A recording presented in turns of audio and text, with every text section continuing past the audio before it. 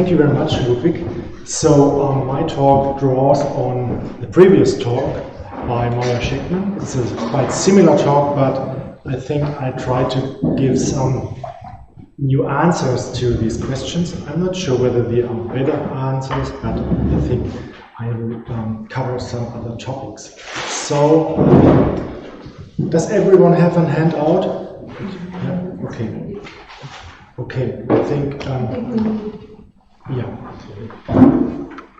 Okay, so I'm starting with the conception of person, and I think that if we speak about persons, we mean two things. So, on the one hand, we are saying that persons are ontologically identical entities, which has to do with transtemporal persistence and so on.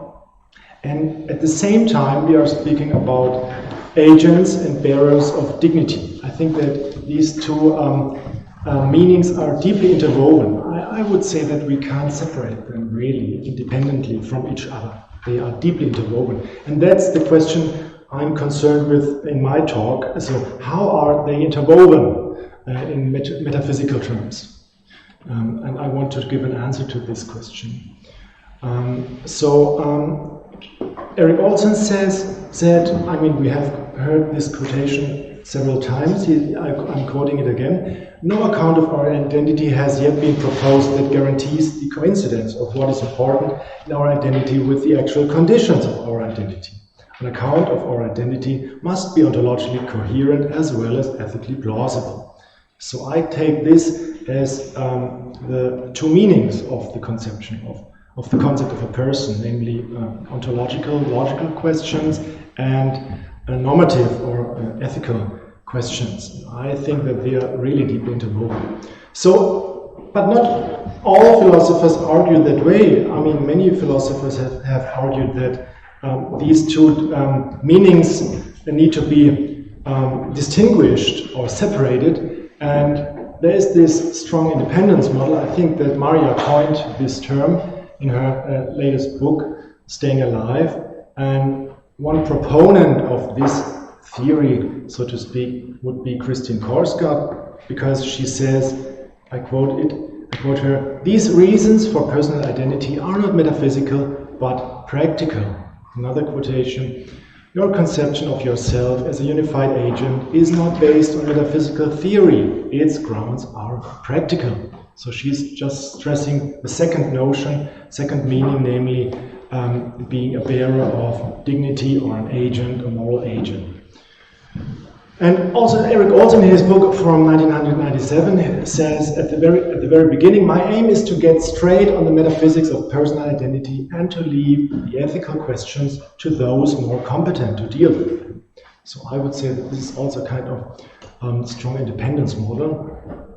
And there's another model that I shall call the coincidence model. And I think that Daniel Dennett is one of these proponents, because he says, quote, "The moral notion of a person and the metaphysical notion of a person are not separate and distinct concepts, but just two different and unstable resting points on the same continuum." And I would say that this is the coincidence model, so to speak, that says there is a unity of these two meanings of the concept of a person. Let me now introduce some theories. You all know them. First by Lynn Baker, and see what she said about this unity.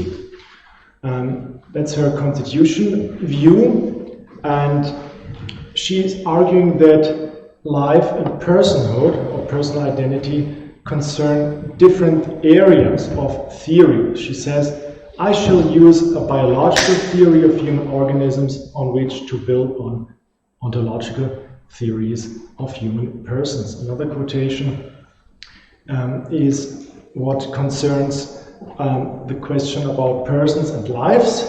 And she says that these are distinct kinds. They are really separated. I'm quoting a longer quotation. She says, "There are three main ontological approaches to human persons today: animalism, substance dualism, and my own constitution view. According to the Constitution view, human persons are wholly constituted by human bodies, that is, human animals, just as marble statues are wholly constituted by pieces of marble. Every concrete entity is essentially of some primary kind or other. Nothing can be more than one primary kind. Now there's a central passage I highlighted. She says, person and human body are distinct primary kinds, as are statue and piece of marble. Ultimately, human persons are constituted by aggregates of particles, just as ultimately marble statues are constituted by aggregates of particles. Human persons are just as material as marble statues. So what I want to do is to challenge this aggregation theory, so to speak, and to substitute it by another theory, namely by a theory of life forms. So my objection is against Baker's constitution view. Persons are not aggregate of particles, but of particles that are specifically organized and composed by the form of life.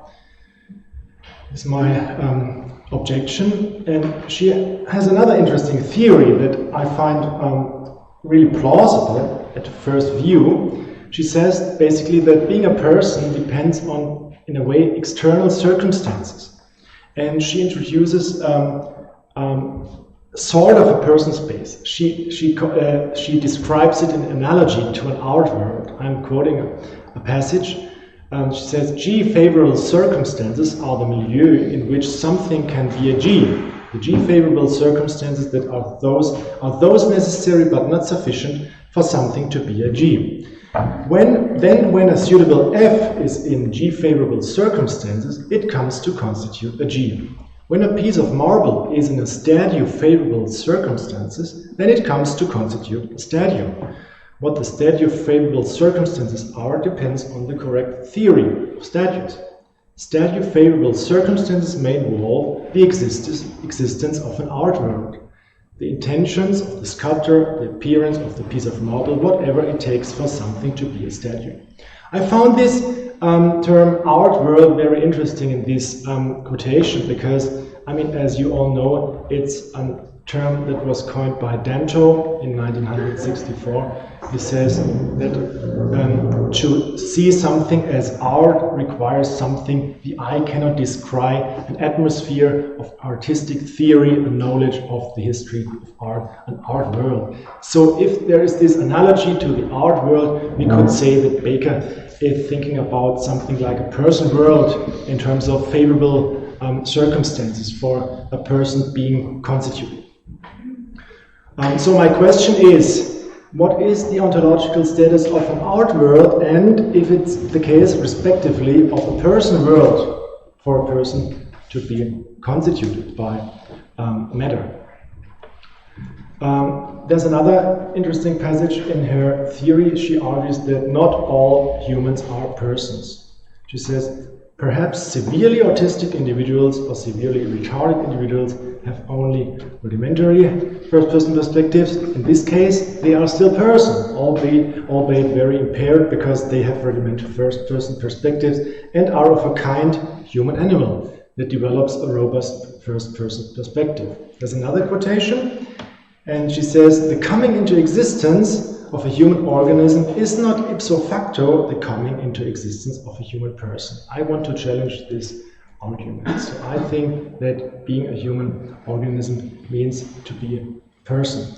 And I'm trying to give some arguments for this theory. So another important theory is the person life view. I mean, we have heard about it just before by Maria Scheckman. And she says that persons are living beings. To be a person is to live a person life. Particular persons are individuated by individuating person lives. And sameness of person over time is defined in terms of the sameness of a person life. So my query is, what kind of life is the life of a person? Is it something socially constructed, like a second nature? So I was not quite sure about the conception of life, so the ontological status. I mean, you said something about that in the discussion. And so if it is a kind of second nature, socially constructed entity, how are first nature, so our biology, and second nature related, without endorsing a kind of dualism, substance dualism or whatever else. So this is a query I had. And another important aspect of Maria's theory is that persons necessarily exist in a person's space, if I understood you correctly. Because Maria Scheckman writes in her latest book, quote, "The particular practices and institutions will of course vary from place to place and time to time. The claim is only that there will be some such practices and institutions, and that it is necessary for there to be some, if there are to be lives at all. This infrastructure may be said to define a person's space by setting the broad parameters within which interpersonal interactions take place. Being brought into the form of life of personhood may be described as being accorded a place in person space." So what I found interesting about this quotation is the conception of a form of life, of personhood. It's a formal aspect. I want to draw on this formal aspect for my theory that I'm going to develop now. Another crucial quotation I want to quote as well. "This infrastructure confers personhood on all humans, including those that lack forensic capacities. And this conferral is non-arbitrary." So I have another query. So in what way is this conferral not arbitrary? So I want to think a little bit more about that. And she also says that persons are more than merely animals. Our animal functions and interactions are never purely animal, but are always infused with forensic significance and structure. So here my query is, in what way are persons more than merely animals? So how to conceive of this surplus? What must be added to an animal to become a person? What must be changed in the life of a merely natural being to become a person? So what I'm going to do now is to argue for a middle ground, a middle way between Lockeanism and animalism, a sort of hybrid view, as Harold had developed 2 days ago, but I'm trying to do it in another way. But I would also like to call it a middle ground, a middle way between Lockeanism, the psychological view, and animalism. So what I'm going to do is to stick to Locke's theory to argue for such a middle way. So, because in Locke's identity theory, as you all know, he says that person is a forensic term appropriating actions and their merit, and so belongs only to intelligent agents capable of a law and happiness and misery. I think that in Locke's theory there is this unity of ontological, logical questions and also moral, ethical questions. So I would say that even in Locke's theory there's kind of a coincidence model about personal existence. So here are the three kinds of identity that he's distinguishing. He says it being one thing to be the same substance, another the same man, and a third the same person. Person, man, and substance are three names standing for three different ideas. And you all know this, I will skip this description. What is important about this is the identity of the same man consists in nothing but a participation of the same continued life by constantly fleeting particles of matter in succession, vitally united to the same organized body. I want to emphasize this vital unit, which in my view is a kind of form. So it's matter formed in a special way. This is an organism. This is, so to speak, the level of animalism, the second kind of identity, the identity of man. And therefore he distinguishes a third kind of identity, namely the identity of a person. And he says different substances by the same consciousness, where they do partake in, also being united, but now into one person, as well as different bodies by the same life are united into one animal, whose identity is preserved in the change of substances by the unity of one continued life. So I emphasize this as well as, which indicates a sort of analogy that I'm drawing on in what will follow. I found this very important because there's an important analogy between the identity of life and the identity of a person. It consists in this special unity or form. So there's the analogy, identity of persons to identity of organisms is in a certain analogy to the identity of organisms and the identity of matter. It's not quite the same, but it's the form that gives this unity, that makes up this unity. So what kind of analogy is it? And I would say it's an analogy of form that Locke is arguing for. And I want to draw on this analogy.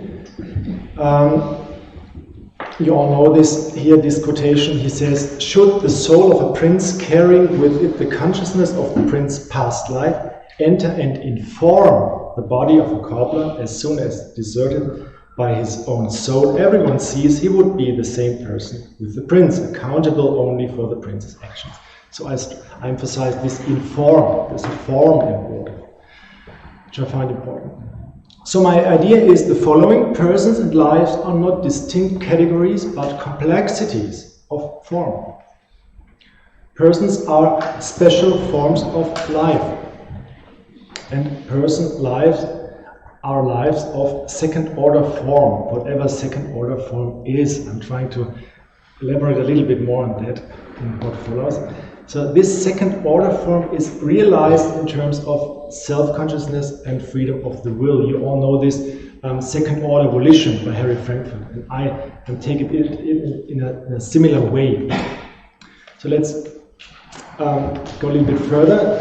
Recently there have been proposed several transformative conceptions of personhood that I find very helpful. There's Nicholas Boyle, who argues in a recent publication, our capacity for rationality does not merely complement our animal capacities for perception and desire, it transforms them in a way that distinguishes these capacities essentially from the corresponding capacity of a non-rational animal. So this is the transformation theory.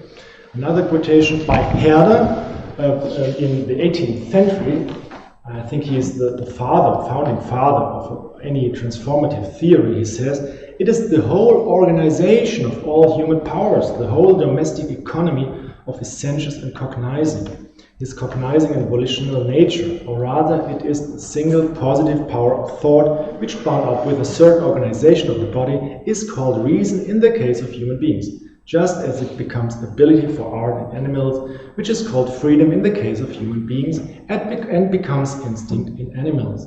The difference is not in levels or an addition of powers, but rather in an entirely different orientation and unfolding of all powers. So this is the very idea of transformation. But here I have another query, because what exactly does transformation mean? How is the transition from form 1, which is the animal body, organism, living being, to form 2, namely the human being or person, to be conceived? I mean, transformation is just a label for this very dark process, a little bit similar to emergence, perhaps. So my question is, what transforms animal life to a person life? Is it a single capacity like reason or self-consciousness? So Nicholas Boyle, if I'm not mistaken, argues that it is self-consciousness that transforms the entire life. So I would say that form 1, namely the animal form, organization, and form 2, the person, are not different kinds of forms, so to speak, horizontally, but form 2, the person, is a higher order form of form 1, so to speak, vertically. So it's a complexity, enrichment, reflective stage of form 1. So this relation is manifested, for example, in self-consciousness, as well as in second-order volitions or in free self-determination. So I refer to myself. So there's not a distinct second form that is separate from my living existence, but it's the living existence as a form that becomes self-reflective and refers to itself. It's a closure, so to speak, and not an addition. And I would also argue that not single capacities are transformed, like, I mean, reason or self-consciousness or whatever, or will, but it's the entire life that gets transformed. And let's come to the final point of my talk, namely the ontology of person space. So I would like to give an outline of what I think could be an ontological theory of the person space, but very briefly. So I would argue that living beings exist not on their own, but are situated in relationships of procreation, for example. So every living being has an ancestor, has relatives, so to speak. I mean, this is only on the basic animal level. Also, living beings are as such part of a complex natural relationship of environment, which can be described in terms of ecology. So I think that we must not reduce life just to biological existence, but we need to consider the whole environment. It's a little bit a holistic view, but I don't want to use this term. It's just the relationships in which life takes place, and without which life would not be life. I think it would be a reductive conception to single out or to exclude these ecological questions. So I think ecology is really crucial for life, because it's the situation in which life can take place. So I would argue that the person space would need to be conceived as a kind of higher order form of natural ecology, which has developed reflected rules of interaction. So it's a higher order ecology, which would be in my terms person space. And these rules, reflected rules of interaction, would be morality, art, what Maya said, these cultural infrastructures, these institutions. I would agree with her. But I would say that this is ecology, natural ecology, becoming self-reflective. Also thinking about oneself, thinking about the other person's intersubjectivity, morality emerging. This is, in my view, person space. And these rules and laws, these higher order laws, need not necessarily follow the laws of nature, but can even be directed against nature. We see that in cases of the destruction of nature. This is certainly not just something that follows out of nature, but that perverts nature, although it stems from nature. But I would even include these cases. Also, what Mario said, torture, or in my case, what I'm interested in is the concept of evil. I would also say that the conception of evil, or the phenomenon of evil, can only take place within a person space. I would say that the conception of moral evil does not apply, the concept does not apply to nature as such, to animals. We cannot say that they are evil in a moral sense. They might be perhaps cruel in a way, but it's nature. And we are not allowed to give a normative interpretation about that. So normative concepts, normativity takes place or can be applied, normative terms can be applied only to the person space. And that means that even if there is culture, there is immorality involved immediately, because it's about us and our free decision. And we are not just morally good individuals. There's always the possibility of acting morally in a morally evil way. So this is my very short sketch about what I think a person space would need to be in ontological terms. So thank you very much for your attention.